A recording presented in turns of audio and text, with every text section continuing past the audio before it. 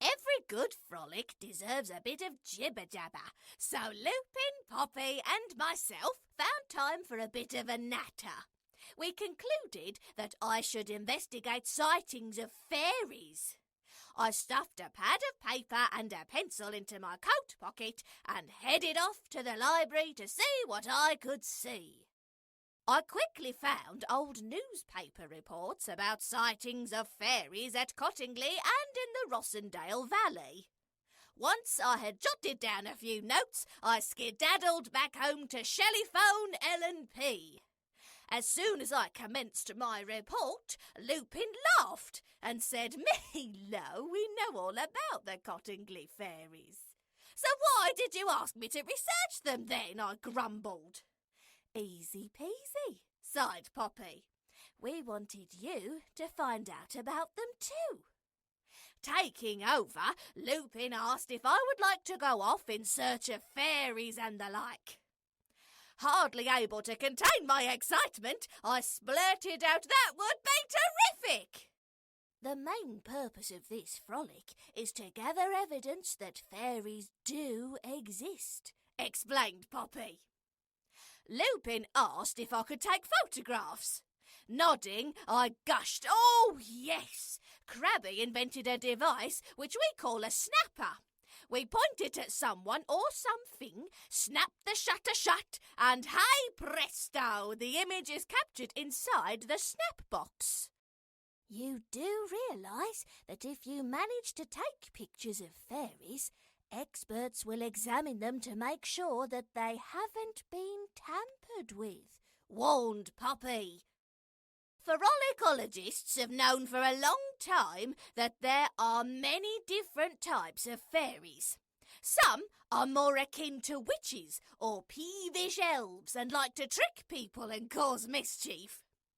I popped my snapper, map, textboard and a few cakes in my bag, walked down towards the sea and asked Barnacle to ferry me to Nowhere in Particular, which is a small hamlet to the south of Starfish Alley.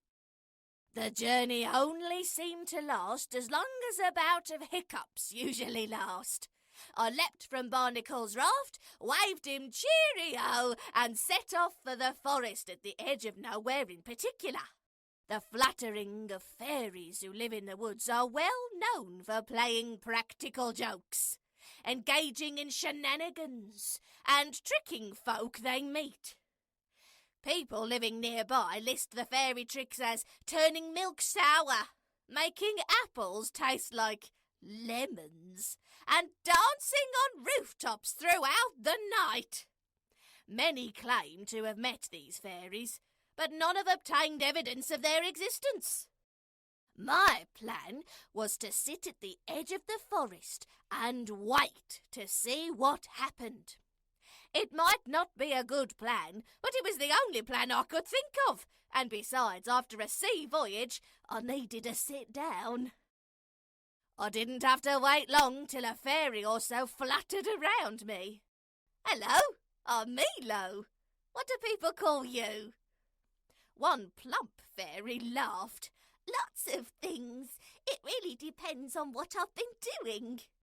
Another shorter fairy quizzed. "What do you want?" "I wouldn't mind a snap or two.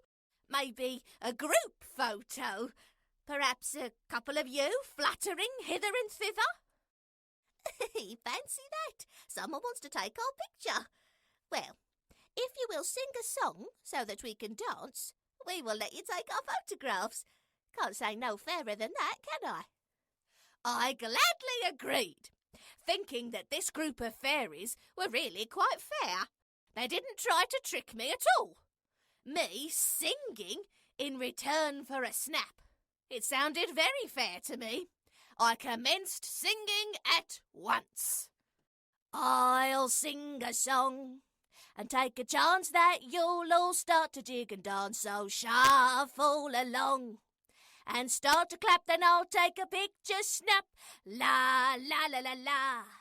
La, la, la, la." Once the fairies had stopped dancing, they posed for their pictures taking. Some fluttered and hovered, others posed with their wings outstretched. I got a couple of group pictures.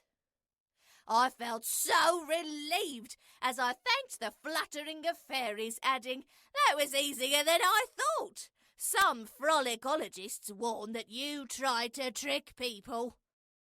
I thanked the group once more, grabbed hold of my snapper box and made my merry to the nearest hill so I could launch my kite and text one of my pals to come and collect me. Within a few steps, I saw the box lid of my snapper open slightly. One by one, the images of the fairies started to drift out of the box and disappear high into the sky. I shouted at the few fairies which I could still see, "You have tricked me! You said I could take your pictures if I sang a song. It's simply not fair." One of the fairies laughed. "We did let you take our pictures. We never said that you could keep them, though. You must have tricked yourself." Once the fairies' giggles had faded, they fluttered off back into the forest. As it was pointless arguing back, I texted Rainbow to fly over and give me a lift home on her glider. Oh dear, how can I explain all this to Poppy and Lupin? I whispered to myself. Never mind, I've met the fairies, sang a song, watched them dance, and had a jolly good time. As soon as I felt happier, a fairy whooshed over my head and giggled. "Come back and see how soon your song was lovely." Oh, how nice, I thought. Ta-ta!